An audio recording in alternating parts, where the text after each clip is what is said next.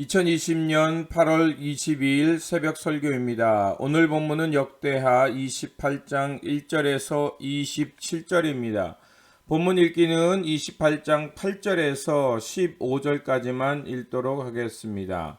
이스라엘 자손이 그들의 형제 중에서 그들의 아내와 자녀를 합하여 20만 명을 사로잡고 그들의 재물을 많이 노략하여 사마리아로 가져가니 그곳에 여호와의 선지자가 있는데 이름은 오뎃이라. 그가 사마리아로 돌아오는 군대를 영접하고 그들에게 이르되 너희 조상의 하나님 여호와께서 유다에게 진노하셨으므로 너희 손에 넘기셨거늘 너희의 노기가 충전하여 살육하고 이제 너희가 또 유다와 예루살렘 백성들을 압제하여 노예로 삼고자 생각하는도다. 그러나 너희는 너희 하나님 여호와께 범죄함이 없느냐? 그런즉 너희는 내 말을 듣고 너희의 형제들 중에서 사로잡아온 포로를 놓아 돌아가게 하라. 여호와의 진노가 너희에게 임박하였느니라 한지라.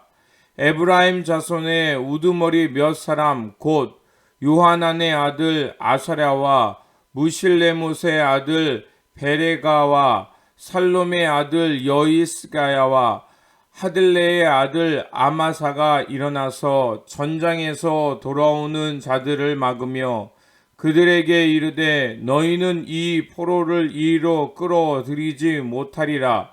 너희가 행하는 일이 우리를 여호와께 허물이 있게 함이니 우리의 죄와 허물을 더하게 함이로다. 우리의 허물이 이미 커져 진노하심이 이스라엘에게 임박하였느니라 하매 이에 무기를 가진 사람들이 포로와 노략한 물건을 방백들과 온 회중 앞에 둔지라. 이 위에 이름이 기록된 자들이 일어나서 포로를 막고 노략하여 온 것 중에서 옷을 가져다가 벗은 자들에게 입히며 신을 신기며 먹이고 마시게 하며 기름을 바르고 그 약한 자들은 모두 나귀에 태워 데리고 종려나무 성 여리고에 이르러 그의 형제에게 돌려준 후에 사마리아로 돌아갔더라. 아멘. 오늘 본문 말씀은 남유다 아하스 왕의 악행을 전하는 말씀입니다. 역사적으로 볼 때 암흑기에도 빛을 발하는 사람들이 있습니다. 믿음의 절개를 지키며 나라를 사랑하며 하나님의 선한 역사를 위해 살아가는 사람들이 있습니다. 북이스라엘의 엘리야가 그랬고 하나님은 낙심한 엘리야에게 바알에게 무릎 꿇지 않은 7,000명이 있다고 말씀하셨습니다. 이처럼 시대가 아무리 악하고 어둡더라 하더라도 선한 역사를 위해 살아가며 진리의 길을 살아가는 사람들이 있다는 것입니다. 앞에서 말씀드린 대로 오늘 본문은 남유다 아하스 왕의 악행을 전하는 본문입니다. 그는 그의 조상 다윗과 같이 않았다고 그 삶을 한마디로 요약해서 말합니다. 그리고 그의 대표적인 악행을 2절에서 4절에서 이렇게 전하고 있습니다. 이스라엘 왕들의 길로 행하여 바알들의 우상을 부어 만들고 또 흰놈의 아들 골짜기에서 분향하고 여호와께서 이스라엘 자손 앞에서 쫓아내신 이방 사람들의 가증한 일을 본받아 그의 자녀들을 불사르고 또 산당과 작은 산 위의 모든 푸른 나무 아래에서 제사를 드리며 분향하니라. 아하스는 몰렉 신을 숭배하기까지 이르렀다는 것입니다. 그것은 자신들의 아들을 즉 인신 제사를 밀곰 몰렉 신에게 드리는 것을 말하는 것입니다. 그리고 신령한 나무마다 그 신을 두고 이방 신을 섬기는 제단을 만들었다는 것입니다. 이러한 모습은 레위기 21장 1절에서 하나님이 강력하게 금지하는 행위였습니다. 레위기 20장 3절에 나도 그 사람에게 진노하여 그를 그의 백성 중에서 끊으리니 이는 그가 그의 자식을 몰렉에게 주어서 내 성소를 더럽히고 내 성호를 욕되게 하였습니다. 그렇습니다. 하나님은 인신제사를 결코 받지 아니하시며 그런 행위를 하는 사람은 결국 하나님의 이름을 욕되게 한다고 말하고 있습니다. 그런데 왕이 앞장서서 우상 숭배를 하며 인신제사를 드린 것입니다. 이런 악한 시대에 하나님이 어떻게 가만히 지켜볼 수 있겠습니까? 그래서 하나님께서는 이방 나라들과 북이스라엘 통해서 징계의 막대기로 삼고 남유다를 징벌하십니다. 6절입니다. 이는 그의 조상들의 하나님 여호와를 버렸습니다. 르말라의 아들 베가가 유다에서 하루 동안에 용사 12만 명을 죽였으며 8절입니다. 이스라엘 자손이 그들의 형제 중에서 그들의 아내와 자녀를 합하여 20만 명을 사로잡고 그들의 재물을 많이 노략하여 사물로 가져가니 남유다 용사 12만여 명이 하루아침에 몰살당하는 창극이 벌어집니다. 그뿐만 아니라 백성들은 이제 북이스라엘 사람들의 노예로 잡혀갑니다. 이것은 하나님께서 그들을 향한 징계였습니다. 아하스 시대나 북이스라엘의 영적 상황이나 다를 것 없었다는 것입니다. 이러한 모습을 보고 있었던 사마리아 선지자 오뎃이 자신의 백성들을 노예로 사로잡아가는 것을 보고 용기 있게 일어나 북이스라엘 군대를 꾸짖습니다. 그러면서 백성들을 노예로 삼지 말고 고향으로 돌려보내라고 말합니다. 10절입니다. 이제 너희가 또 유다와 예루살렘 백성을 압제하여 노예로 삼고자 생각하는도다. 그러나 너희는 너희 하나님 여호와께 범죄함이 없느냐. 이렇게 용기 있게 일어난 선지자 오뎃과 함께 아사랴, 베레가, 여히기야, 아마사가 같이 일어나 남유다 백성들을 놓아주라고 말합니다. 이를 들은 북이스라엘 사람들은 하나님을 경외함으로 그들이 비록 죄악 가운데 살고 있지만 자신의 백성들을 놓아주어 고향으로 돌아가게 합니다. 지금까지 역대기를 보면서 발견되는 왕의 유형들이 있습니다. 처음부터 바른 길을 가는 왕이 있고, 처음에는 하나님을 찾았다가 배역하는 왕이 있고, 처음에는 배교했다가 공경을 경험하고 돌아서는 왕이 있고, 처음부터 끝까지 배교하는 왕이 있습니다. 오늘 본문에 나오는 아하스는 처음부터 끝까지 배교의 길을 갔습니다. 많은 사람들은 타락한 시대를 보며 탄식합니다. 시대가 그러니 이렇게 살 수밖에 없다고 탄식하고 그 삶을 변화하지 않습니다. 물론 개인의 힘은 약하고 사회의 큰 틀과 시스템을 바꾸기란 어렵고 오랜 싸움입니다. 하지만 시대에 순응하며 살면 어떤 변화도 일어나지 않습니다. 또한 하나님 나라의 완성은 그만큼 늦어집니다. 사도 바울은 새 시대를 살아가는 성도들을 향해서 이렇게 말합니다. 로마서 12장 2절에 너희는 이 시대를 본받지 말고 오직 마음을 새롭게 함으로 변화를 받아 하나님의 선하시고 기뻐하시고 온전한 뜻이 무엇인지 분별하도록 하라라고 말했습니다.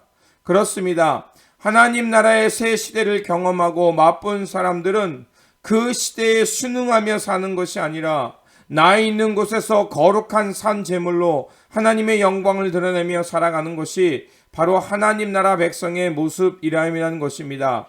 어두운 시대에 엘리야가 그랬고 북이스라엘의 선지자 사마리아 땅의 오뎃과 그와 함께 했던 아사랴, 베레가, 여히스기야, 아마사라는 용사들이 그랬습니다. 이들 모두는 시대의 흐름에 순응하는 것이 아니라 하나님의 말씀과 진리로 트랜스포음드 돼서 즉 내면의 변화와 개혁을 통해서 하나님 나라의 새 세상을 산 것입니다.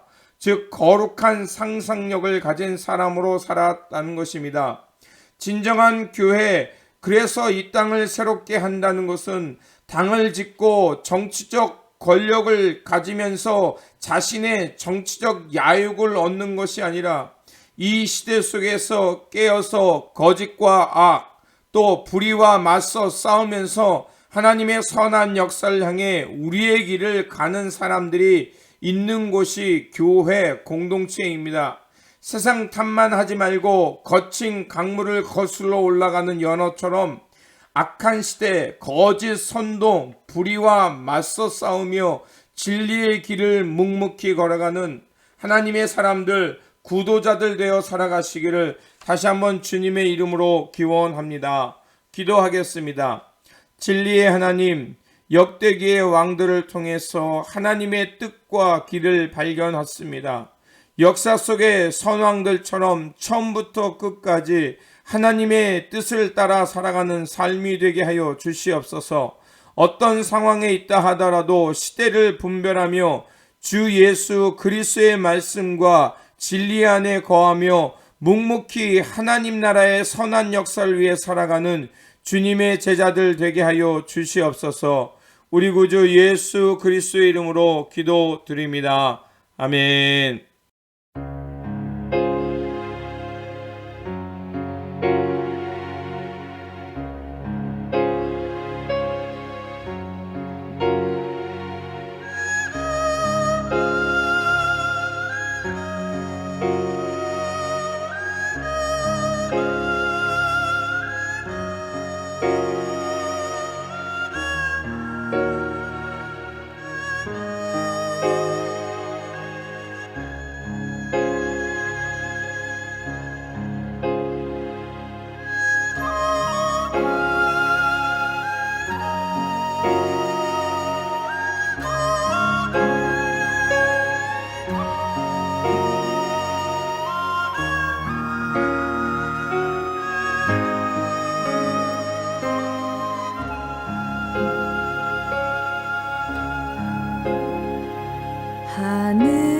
하늘에 계신 주님의 부르심에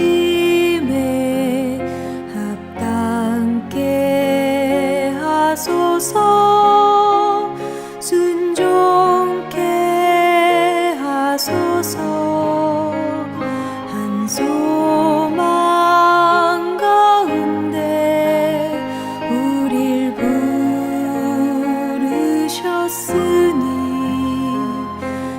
이루게 하소서 그리스도의 몸을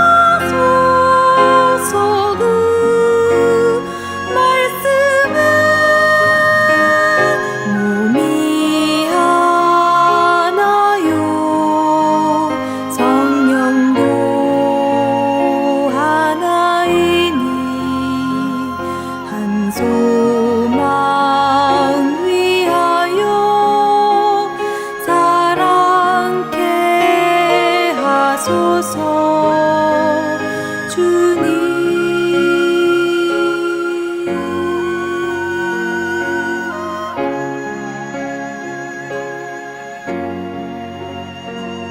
사랑케 하소서